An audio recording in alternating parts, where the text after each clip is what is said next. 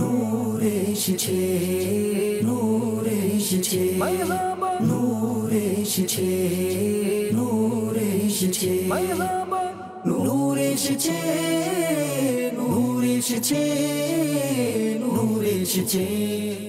আলহামদুলিল্লাহি রাব্বিল আলামিন ওয়াসসালাতু ওয়াসসালামু আলা সাইয়্যিদিল মুরসালিন আম্মা বা'দ ফাউযু বিল্লাহি মিনাশ শাইতানির রাজিম বিসমিল্লাহির রহমানির রহিম। আসসালাতু ওয়াসসালামু আলাইকা ইয়া রাসূলুল্লাহ ওয়া আলা আলিকা ওয়া আসহাবিকা ইয়া হাবিবাল্লাহ। আসসালাতু ওয়াসসালামু আলাইকা ইয়া নবিয়াল্লাহ ওয়া আলা আলিকা ওয়া আসহাবিকা ইয়া নূরাল্লাহ। প্রিয় নবী রাসূল আরবি সাল্লাল্লাহু তাআলা আলাইহি ওয়াসাল্লামের উপর দরুদ শরীফ পাঠ করার অনেক ফজিলত রয়েছে। তোর মধ্যে দরুদ শরীফের একটা ফজিলত বয়ান করার সৌভাগ্য অর্জন করছি। হুজুর নূর সাল্লাল্লাহু আলাইহি ওয়াসাল্লাম ইরশাদ করেন, আল্লাহ তাআলার সন্তুষ্টির জন্য পরস্পরের মধ্যে ভালোবাসা পোষণকারী দুজন বন্ধু যখন পরস্পর সাক্ষাৎ করে এবং হাত মিলায় আর নবী করিম সাল্লাল্লাহু আলাইহি ওয়াসাল্লামের উপর দরুদ শরীফ পাঠ করে, তখন তারা পরস্পর পৃথক হয়ে যাওয়ার পূর্বে তাদের উভয়ের আগের ও পরের সমস্ত গুনাহ মাফ করে দেয়া হয়। আল্লাহ তাআলা আমাদেরকে পরস্পর সাক্ষাতের সময় মুসাফাহা করার এবং দরুদে পাক পাঠ করার তৌফিক দান করুন। সাল্লু আলাল হাবিব সাল্লাল্লাহু আলা মুহাম্মদ সাল্লাল্লাহু তাআলা আলাইহি ওয়া আলিহি ওয়াসাল্লাম। এ পর্যায়ে ইনশাআল্লাহ তাআলা অনুষ্ঠানের শুরুতে নাতে মুস্তাফা শোনাবেন অপর এক ছোট বন্ধু। সাল্লাল্লাহু আলাইকা ইয়া রাসূলুল্লাহ ওয়া সাল্লাম আলাইকা ইয়া হাবিবাল্লাহ। সাল্লাল্লাহু আলাইকা ইয়া রাসূলুল্লাহ ওয়া সাল্লাম আলাইকা ইয়া হাবিবাল্লাহ। मुहम्मद की नाते मुहम्मद की पाते समझ लो ये महफिल मदीने में होते। सल्लल्लाहु अलैका या रसूल अल्लाह व सल्लम अलैका या हबीब अल्लाह। मदनी मदीने वाले मदनी मदीने वाले मदनी मदीने वाले मदनी मदीने वाले अमर कांच देख नौना मदनी मदीने वाले में शोध पान करौना मदनी मदीने वाले मदनी मदीने वाले मदनी मदीने वाले मदनी मदीने वाले मदनी मदीने वाले। যখন হবে তোমার দিদার যখন হবে তোমার দিদার ইয়া রাসূলুল্লাহ যখন হবে তোমার দিদার ইয়া হাবিবাল্লাহ তখন ঈদ হবে আমার ইয়া রাসূলুল্লাহ। মদনী মদীনে वाले मदनी मदीने वाले मदनी मदीने वाले मदनी मदीने वाले कांच देख नौना अमर कांच देख नौना मदनी मदीने वाले पे में शोध पान करौना नी मदीने वाले। আমি যদিও গুনাহগার তবু উম্মতে আমি তোমার আমি যদিও গুনাহগার তবু উম্মতে তোমার আমার চরণে রাখো না তোমার চরণে রাখো না मदनी मदीने वाले मदनी मदीने वाले मदनी मदीने वाले कांच दे ডেকে নাও না আমার কাছে ডেকে নাও না মাদানী মদিনে ওয়ালে প্রেমে সুদ পান করাও না মাদানী মদিনে ওয়ালে মাদানী মদিনে ওয়ালে মাদানী মদিনে ওয়ালে মাদানী মদিনে ওয়ালে মাদানী মদিনে ওয়ালে চড়ে গেছি মোর প্রিয়জন ভুলে গেছি মোর বন্ধু স্বজন ছেড়ে গেছে মোর প্রিয়জন ভুলে গেছে বন্ধু স্বজন হে নবী তুমি ভুলো না মাদানী মদিনে ওয়ালে ইয়া রাসূলুল্লাহ মাদানী মদিনে ওয়ালে মাদানী মদিনে ওয়ালে মাদানী মদিনে ওয়ালে মাদানী মদিনে ওয়ালে আমার কাছে ডেকে নাও না মাদানী মদিনে ওয়ালে প্রেমে সুদ পান করো না মাদানী মদিনে ওয়ালে। মাশাআল্লাহ, এতক্ষণ আমরা শুনছিলাম নাতে মুস্তাফা সাল্লাল্লাহু তাআলা আলাইহি ওয়াসাল্লাম। আলহামদুলিল্লাহি রাব্বিল আলামিন ওয়াসসালাতু ওয়াসসালামু আলা সাইয়্যিদিল মুরসালিন, আম্মা বাদ। রাসূল পাক সাল্লাল্লাহু আলাইহি ওয়াসাল্লাম এর এক মহিলা সাহাবী হযরত উম্মে জুনদুব রাদিয়াল্লাহু তাআলা আনহা বলেন, এক মহিলা তার বোবা ছেলে নিয়ে রাসূল আকরাম সাল্লাল্লাহু আলাইহি ওয়াসাল্লামের মোবারক দরবারের মধ্যে উপস্থিত হলেন এবং আরজ করলেন, ইয়া রাসূলুল্লাহ সাল্লাল্লাহু তাআলা আলাইহি ওয়াসাল্লাম, আমার ছেলের কোন সমস্যা আছে যার কারণে সে কথা বলতে পারছে না? এটা শুনে দয়ালু আকা মাক্কি মাদানী মুস্তাফা সাল্লাল্লাহু আলাইহি ওয়াসাল্লাম ইরশাদ করলেন, একটি পাত্রে অল্প পানি নাও। পানি নেওয়া হলো। হুজুর আকরাম সাল্লাল্লাহু আলাইহি ওয়াসাল্লাম এতে উভয় হাত ধৌত করলেন আর মুখে পানি নিয়ে কুলি করলেন এবং ইরশাদ করলেন, যাও আর এ পানি তোমার শিশুকে পান করাও এবং কিছু পানি তার উপর ছিটিয়ে দাও আর আল্লাহ তাআলার দরবারে তার জন্য সুস্থতা চাও। অতঃপর পরের বছরে যখন আমি দ্বিতীয়বার সেই মহিলার সাথে আবার সাক্ষাৎ করলাম এবং তার ছেলের ব্যাপারে জিজ্ঞেস করলাম, তখন তিনি বললেন, এখন আমার ছেলে পরিপূর্ণ সুস্থ এবং অনেক বুদ্ধিমান হয়ে গেছে। রাসূল আকরাম সাল্লাল্লাহু আলাইহি ওয়াসাল্লামের হাত ধোয়া পানির বদৌলতে এবং কুলি করা পানি পান করার কারণে ওই যে ছেলে ছিল, যে বোবা ছিল, সে এখন কি বলতে পারে? কথা বলতে পারে এবং অনেক বেশি বুদ্ধিমান হয়ে গেছে। মাদানী চ্যানেলের দর্শকবৃন্দ, আমরা রাসূল আকরাম সাল্লাল্লাহু আলাইহি ওয়াসাল্লামের আরও কিছু মুজিজাও শ্রবণ করি। হযরত ওমর বিন আবি সালামা রাদিয়াল্লাহু তাআলা আনহু বলেন, আমি বাল্যকালে নূর সাল্লাল্লাহু আলাইহি ওয়াসাল্লামের লালন পালনে ছিলাম। খাবারের সময় আমার হাত পাত্রে ঘোরাঘুরি করত, অর্থাৎ আমি চতুর্দিক থেকে খাবার খেতাম। রাসূলুল্লাহ সাল্লাল্লাহু আলাইহি ওয়াসাল্লাম আমাকে ইরশাদ করলেন, হে বৎস, খাবারের শুরুতে বিসমিল্লাহ পড়ো, ডান হাতে নিজের সামনে থেকে খাও। এরপর থেকে আমি সেভাবে খেয়ে থাকি। সর্বদা বিসমিল্লাহির রহমানির রহিম পাঠ করে ডান হাতে নিজের সামনে থেকে খাবার খাওয়া উচিত। অবশ্য যদি থালাতে পৃথক পৃথক বস্তু থাকে, কোথাও এক ধরনের খাবার আবার কোথাও অন্য ধরনের খাবার, এরূপ যদি পৃথক পৃথক খাবার থাকে তাহলে এদিক সেদিক থেকে খেতে পারবেন। আর পুরা থালার মধ্যে যদি এক ধরনেরই খাবার থাকে তাহলে আমরা কোত্থেকে খাবো? নিজের সামনের অংশ থেকে খাবো। যখন পানি পান করব তখন বসে আলোতে দেখে বিসমিল্লাহির রহমানির রহিম পড়ে ডান হাতে 3 নিঃশ্বাসে পানি পান করব। আল্লাহ তাআলা আমাদেরকে পানি পান করা সুন্নতের উপর আমল করার তৌফিক দান করুন। আল্লাহ তাআলার একজন অত্যন্ত প্রিয় বান্দা হযরত ফুজাইল বিন আয়াস রহমাতুল্লাহি তাআলা আলাইহি এর ছোট কন্যার হাতের তালুতে ব্যথা ছিল। যখন তিনি তাকে জিজ্ঞাসা করলেন, কন্যা, তোমার হাতের তালুর ব্যথা এখন কেমন আছে? তখন ওই বুদ্ধিমতী মাদানী মুন্নি অর্থাৎ কন্যা উত্তর দিল, আব্বাজান ভালো। যদি আল্লাহ তাআলা আমাকে সামান্য কষ্টে ফেললেও তবু তিনি আমাকে তার চেয়ে অধিক আরাম অর্থাৎ শান্তি দিয়েছেন।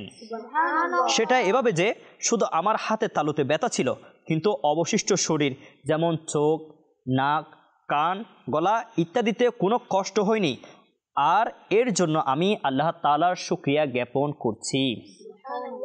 এমন পছন্দনীয় উত্তর শুনে তিনি রহমতুল্লাহি আলাইহি বললেন, কন্যা, আমাকে তোমার হাতের তালু দেখাও। যখন সে হাতের তালু দেখালো, তখন তিনি পরম ভালোবাসায় তার হাতে চুমু দিলেন। প্রিয় ইসলামী ভাইরা, মাদানী চ্যানেলের দর্শকবৃন্দ এবং ছোট বন্ধুরা, এই বাস্তব ঘটনা থেকে আমরা এই শিক্ষা পেলাম, যখনই আমাদের কাছে কোনো বিপদ আসবে, তখন আমরা হাই হুতাশ করার পরিবর্তে আমরা কি করব? ধৈর্য ধারণ করব এবং আল্লাহ তাআলার কৃতজ্ঞতা জ্ঞাপন করব। কেননা তিনি আমাদেরকে বড় বিপদ থেকে বাঁচিয়ে রেখেছেন। উদাহরণস্বরূপ, কারো মাথা ব্যথা হলে সে তাহলে আল্লাহ তাআলার শুকরিয়া আদায় করবে যে তার জ্বর হয়নি। বিনা প্রয়োজনে কাউকে নিজের কষ্টের কথা বলা উচিত নয়, যাতে আমাদের ধৈর্যের সওয়াব অর্জন হয়। আমরা যখন কাউকে নিজের কষ্টের কথা, ভাই আমার খুবই খারাপ লাগছে, আমার জ্বর হয়েছে, এই কষ্টের কথাগুলো যখন আমরা অপরকে বলবো, বলে বেড়াবো, তাহলে এই যে ধৈর্য ধারণের যেটা সওয়াব, সেটা আমরা পাবো না। আমাদের ধৈর্য ধারণ করা উচিত। আল্লাহ তাআলা আমাদেরকে ধৈর্য ও শুকরিয়া আদায়কারী বান্দা হিসেবে কবুল করুক, আমিন। আল্লাহ তাআলার প্রিয় নবী রাসূল আরবি সাল্লাল্লাহু আলাইহি ওয়াসাল্লামের প্রিয় সাহাবী হযরত জাবের বিন আব্দুল্লাহ রাদিয়াল্লাহু তাআলা আনহু এর বর্ণনা। সুলতানে মদিনা হুজুর আকরাম সাল্লাল্লাহু আলাইহি ওয়াসাল্লামের দরবারে হাদিয়া স্বরূপ এক পাত্র থালা অর্থাৎ হালুয়া পেশ করা হলো। তখন হুজুর আকরাম সাল্লাল্লাহু আলাইহি ওয়াসাল্লাম ওই থালা থেকে সবাইকে অল্প অল্প হালুয়া দিলেন। যখন আমার পালা আসলো, অর্থাৎ ওই সাহাবী, ছোট সাহাবী, তখন উনি ছোট ছিল, ইনার যখন পালা আসলেন, তখন আমাকে একবার দেওয়ার পর ইরশাদ করলেন, তোমাকে কি আরও দিব? এতক্ষণ সবাইকে একবার অল্প অল্প করে দেয়া হয়েছিল। এই ছেলেকে যখন দিল, তাকে আবার রাসূল আকরাম সাল্লাল্লাহু আলাইহি ওয়াসাল্লাম জিজ্ঞেস করছে, তোমাকে কি আরেকটু দিব? তখন আমি বললাম, জি হ্যাঁ। তখন হুজুর আকরাম সাল্লাল্লাহু আলাইহি ওয়াসাল্লাম আমার অল্প বয়স্ক হওয়ার কারণে আমাকে অতিরিক্ত আরও হালুয়া দিলেন। এরপর যে লোকেরা অবশিষ্ট রইল, তাদেরকে তাদের অংশ দেয়া হলো। প্রিয় মাদানী মুন্নারা, এখান থেকে আমরা জানতে পারলাম প্রিয় আকা মাক্কি মাদানী মুস্তাফা সাল্লাল্লাহু আলাইহি ওয়াসাল্লাম শিশুদের প্রতি বড়ই যত্নবান ছিলেন এবং তিনাদেরকে স্নেহ প্রদর্শন করতেন। তাই তো হুজুর আকরাম সাল্লাল্লাহু আলাইহি ওয়াসাল্লাম হযরত জাবির রাদিয়াল্লাহু তাআলা আনহুকে অন্যদের থেকে খাবার বেশি দিলেন, যেহেতু তিনি কি ছিলেন? ছোট ছিলেন, শিশু ছিলেন। কিন্তু একথা স্মরণ রাখা উচিত, যখন কোনো কিছু বন্টন করা হয়, তখন আপনি কারোর নিকট দ্বিগুণ চাইবেন না। অবশ্যই যদি বন্টনকারী নিজেই আপনাকে বেশি দেন, তাহলে গ্রহণ করতে কোনো অসুবিধা নেই। আমরা যখন কারো থেকে চাইব, তখন অতিরিক্ত চাইব না, সবাইকে যেরকম দেয় সেরকম আমরা গ্রহণ করব। কিন্তু যিনি দিচ্ছেন, যিনি বন্টন করছেন, ইনি যদি নিজ থেকে জিজ্ঞেস করে আরেকটু লাগবে কিনা, তখন নিয়াতে কোনো কি নেই, অসুবিধা নেই। হযরত দাউদ বিন আবু হিন্দ রহমতুল্লাহি আলাই যখন বাজারে আসা যাওয়া করতেন, তখন নিজের জন্য এভাবে নির্ধারণ করে নিতেন যে অমুক জায়গা পর্যন্ত আল্লাহ তাআলার জিকির করতে থাকবে। ইনি যখন বাজারের দিকে যেতেন, তখন নির্ধারণ করতেন যে আমি এখান থেকে অমুক জায়গা যাওয়া পর্যন্ত কি করব? জিকির করতে থাকব। অমুক জায়গা পর্যন্ত আল্লাহ তাআলার জিকির করব। যখন সেই জায়গায় পৌঁছে যেতেন, তখন নিজের ওপর আবশ্যক করে নিতেন যে অমুক জায়গা পর্যন্ত আল্লাহ তাআলা জিকির করব। আর এভাবে জিকির করতে করতে তিনি গড়ে পৌঁছে যেতেন। অর্থাৎ একটা জায়গায় ইনি ফিক্সড করতেন, মানে এই জায়গাটায় পৌঁছলে আমি জিকির করতে করতে যাব। আবার সেখানে যখন পৌঁছতেন, তখন ইনি আবার বলতেন আমি অমুক জায়গা পর্যন্ত পৌঁছানো অবধি জিকির করতে করতে যাব। এভাবে জিকির করতে করতে ঘর থেকে বের হতেন, জিকির করতে করতে ঘরের মধ্যে ফিরে আসতেন। প্রিয় মাদানী মুন্না ও মাদানী মুন্নিরা, মুখে আল্লাহ আল্লাহ বলা, তিলাওয়াত করা, নাজ শরীফ পড়া এবং দোয়া করা ইত্যাদি সবে হচ্ছে আল্লাহ তাআলার জিকির। এভাবে মনে মনে আল্লাহ তাআলার দেওয়ার নিয়ামত স্মরণ করা, নামাজে দাঁড়ানো, রুকু এবং সিজদা করাও আল্লাহ তাআলার জিকিরের মধ্যে অন্তর্ভুক্ত। আল্লাহ তাআলার যারা প্রিয় বান্দা, ইনারা সব সময় আল্লাহ তাআলার ইবাদত করতেন, জিকির করতেন, বেশি বেশি আল্লাহ তাআলার স্মরণ করতেন, যার কারণে আল্লাহ তাআলা ইনাদেরকে নিজের আপন বানিয়ে নিয়েছেন এবং ইনাদেরকে আল্লাহ তাআলা খাস স্পেশাল কিছু নিয়ামত দান করেছেন। সেজন্য আমাদেরও উচিত আমরাও যাতে এই অল্প বয়স থেকে আল্লাহ তাআলার ইবাদতের প্রতি ধাবিত হই, আমরা যাতে জিকিরের মধ্যে নিজেকে ব্যস্ত রাখি, অহেতুক কথাবার্তা না বলে, সময় পাস না করে আমরা যাতে এই সময়কে দামি মনে করে ইবাদতের মধ্যে, জিকিরের মধ্যে, দরুদ শরীফ পাঠের মধ্যে, নাতে মুস্তাফা পাঠ করার মাধ্যমে আমাদের এই সময়কে অতিবাহিত করি। আল্লাহ তাআলা আমাদেরকে সময়কে গনিমত মনে করে ইবাদত বন্দেগীর মাধ্যমে এই সময়কে অতিবাহিত করার এবং আল্লাহ তাআলার শুকরিয়া জ্ঞাপন করার সে সৌভাগ্য নসিব করুন। আমিন বিজাহি নবীল আমিন সাল্লাল্লাহু আলাইহি ওয়াসাল্লাম। আলহামদুলিল্লাহ, আমরা আমাদের ছোটদের প্রিয় নবী সাল্লাল্লাহু আলাইহি ওয়াসাল্লাম এই অনুষ্ঠানের মধ্যে প্রত্যেক দিন কিছু না কিছু সুন্নত শিখে থাকি। আজকে ইনশাআল্লাহ তাআলা আমরা মিসওয়াকের সুন্নত ও আদব সম্পর্কে জানব এবং নিয়ত করি আমরা মিসওয়াক করব এবং আরেকজনকে মিসওয়াক করার জন্য উৎসাহিত করব ইনশাআল্লাহ। প্রথমে দুটি হাদিস শরীফ আমরা লক্ষ্য করি। মিসওয়াক করে 2 রাকাত নামাজ আদায় করা মিসওয়াক ছাড়া 70 রাকাতের চেয়ে উত্তম। মিসওয়াকের ব্যবহার নিজের জন্য আবশ্যক করে নাও, কেননা তাতে মুখের পরিচ্ছন্নতা এবং আল্লাহ তাআলার সন্তুষ্টির মাধ্যম রয়েছে। হযরত সাইয়্যিদুনা ইবনে আব্বাস রাদিয়াল্লাহু তাআলা আনহু বলেন, মিসওয়াকের 10টি গুণাগুণ রয়েছে। মুখ পরিষ্কার করে, মাড়ি মজবুত করে, দৃষ্টিশক্তিকে বাড়ায়, কফ দূর করে, মুখের দুর্গন্ধ দূর করে, সুন্নতের অনুসরণ হয় এবং ফেরেশতারা খুশি হয়, আল্লাহ তাআলার সন্তুষ্টি অর্জন হয়, নেকি বৃদ্ধি করে এবং পাকস্থলী ঠিক রাখে। হযরত সাইয়্যিদুনা আব্দুল ওয়াহাব শারানি রহমতুল্লাহি আলাইহি বর্ণনা করেন, একবার হযরত সাইয়্যিদুনা আবু বকর শিবলি রহমতুল্লাহি আলাইহি এর উজুর সময় মিসওয়াকের প্রয়োজন হয়। খুঁজে দেখা হলো কিন্তু পাওয়া গেল না। উজু করার পূর্বে ইনি মিসওয়াক খুঁজতেছেন কিন্তু মিসওয়াক পেলেন না। এই জন্য 1 দিনারের অর্থাৎ 1 স্বর্ণের মুদ্রা বিনিময়ে মিসওয়াক কিনে ব্যবহার করলেন। কিছু লোক বলল, এটা তো আপনি অনেক বেশি খরচ করে ফেলেছেন, কারণ মিসওয়াক তো এত দাম না, আপনি একটা মিসওয়াকের জন্য 1 দিরহাম অর্থাৎ একটা স্বর্ণ মুদ্রা ব্যয় করলেন। তখন হযরত আবু বকর শিবলি রহমতুল্লাহি আলাইহি বললেন, নিঃসন্দেহে এই দুনিয়া এবং এর সকল বস্তু আল্লাহ তাআলার নিকট মশার ডানার পরিমাণও মূল্য রাখে না। যদি কিয়ামতের দিন আল্লাহ তাআলা আমাকে জিজ্ঞেস করেন, তবে আমি কি জবাব দিব যে তুমি আল্লাহর প্রিয় হাবিব সাল্লাল্লাহু আলাইহি ওয়াসাল্লামের সুন্নতকে কেন ছেড়ে দিয়েছিলে? যদি আমাকে প্রশ্ন করা হয়, তোমার কাছে মিসওয়াক ছিল না তাই বলে তুমি মিসওয়াক করা বাদ দিয়ে দিবে? যে ধন সম্পদ আমি তোমাকে দিয়েছিলাম তার বাস্তবতা তো আমার কাছে মশার ডানার সমপরিমাণও ছিল না, আর এ তুচ্ছ সম্পদ এই মহান সুন্নত অর্থাৎ মিসওয়াক পালন করার জন্য কেন খরচ করলে না? মানে ইনি নিজে নিজে চিন্তা করছে, যদি আল্লাহ তাআলা আমাকে জিজ্ঞেস করে তোমার কাছে মিসওয়াক ছিল না, কিন্তু তোমার কাছে তো আমার নিয়ামত ছিল, তোমার কাছে তো সম্পদ ছিল, তুমি এই সম্পদকে মিসওয়াক কেনার কাজে কেন ব্যয় করলে না? তখন আমি তো এই প্রশ্নের জবাব দিতে পারবো না। সেজন্য আমি 1 স্বর্ণ মুদ্রার বিনিময়ে হলো মিসওয়াক শরীফ কিনে তা ব্যবহার করে নিয়েছি। হযরত সাইয়্যিদুনা ইমাম শাফিঈ রহমতুল্লাহি আলাইহি বলেন, 4টি জিনিস আকল তথা জ্ঞানকে বৃদ্ধি করে, স্মরণ শক্তি, মেধা শক্তিকে বৃদ্ধি করে। 4টি জিনিস কি? অনর্থক কথাবার্তা থেকে বিরত থাকা, অহেতুক কথাবার্তা না বলে সব সময় জিকিরের মধ্যে, দরুদের মধ্যে লিপ্ত থাকা, মিসওয়াকের ব্যবহার করা, নেককার লোকদের সংস্পর্শ অবলম্বন করা এবং নিজের যা জ্ঞান আছে, যা জ্ঞান অর্জন হয়েছে এর উপর আমল করা। এই 4টি জিনিস মানুষের জ্ঞানকে বৃদ্ধি করে, আকলকে বৃদ্ধি করে।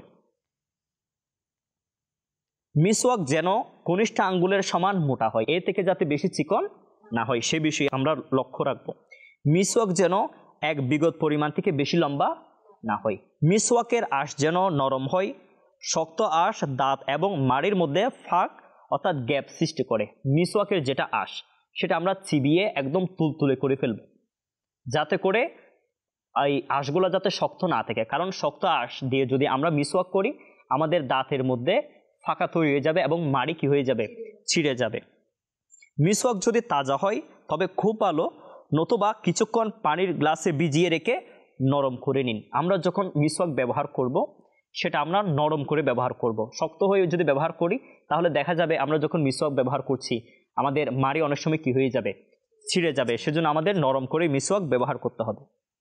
মিসওয়াকের আঁশ প্রতিদিন কাটা উচিত। আঁশগুলো ততক্ষণ পর্যন্ত ফলদায়ক থাকে যতক্ষণ মিসওয়াকে তিক্ততা অবশিষ্ট থাকে। যখন আমরা কয়েকদিন ব্যবহার করব, দেখা যায় মিসওয়াকের যেটা আঁশ সেখান থেকে আর তিক্ততা বের হচ্ছে না, তখন আমরা কি করব, আমরা আঁশগুলা কেটে ফেলবো, আবার নতুন করে আমরা কি করব, আঁশ তৈরি করব। যখনই মিসওয়াক করব কমপক্ষে 3 বার করব। কমপক্ষে কয়বার? 3 বার করব।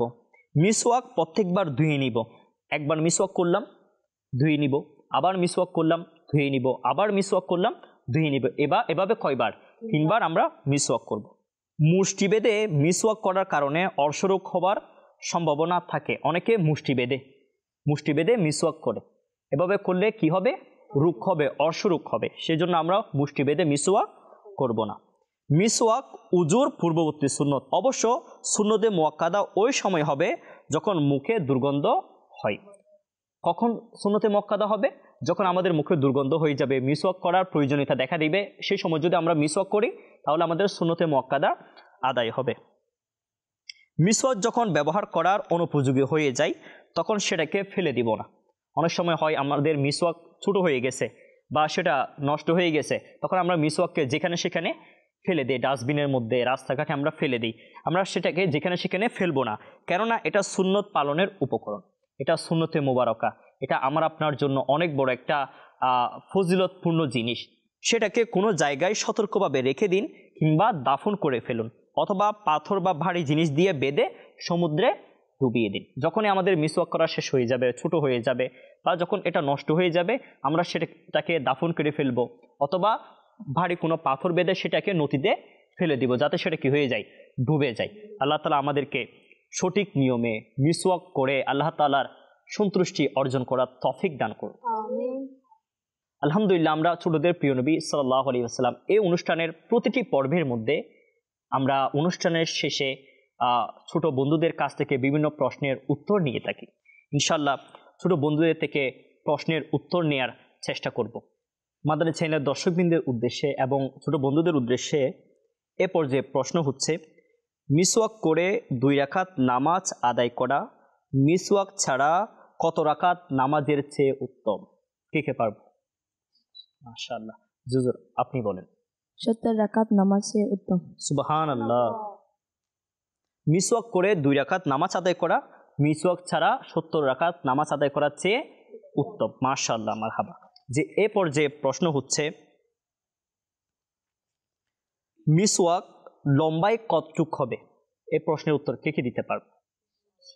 হুজুর আপনি বলেন। মিসওয়াক 1 বিগত সমপরিমাণ হবে। মাশাআল্লাহ, মারহাবা। জি হ্যাঁ, আমরা যখন মিসওয়াক ব্যবহার করব, মিসওয়াক যেন কনিষ্ঠ আঙ্গুল সমপরিমাণ হয় এবং লম্বায় সেটা যেন 1 বিগত সমপরিমাণ হয়। আল্লাহ তাআলা আমাদেরকে মিসওয়াকের আদব করে সুন্নত মোতাবেক মিসওয়াক করার এবং যা কিছু শুনেছি এর উপর আমাদেরকে আমল করার তৌফিক দান করুন। আলহামদুলিল্লাহ, ছোটদের প্রিয় নবী সাল্লাল্লাহু আলাইহি ওয়াসাল্লাম এই অনুষ্ঠান ধারাবাহিকভাবে চলতে থাকবে। সবাইকে পরবর্তী এপিসোড দেখার আমন্ত্রণ জানিয়ে এ পর্যায়ে বিদায় নিচ্ছি। সবাই সুস্থ থাকবেন, ভালো থাকবেন, মাদানী চ্যানেল বাংলা দেখতে থাকবেন। সল্লু আলাল হাবিব সাল্লাল্লাহু আলা মুহাম্মদ সাল্লাল্লাহু আলাইহি ওয়াসাল্লাম। নূর এসেছে, নূর এসেছে, নূর এসেছে, নূর এসেছে, নূর এসেছে, নূর এসেছে, নূর এসেছে।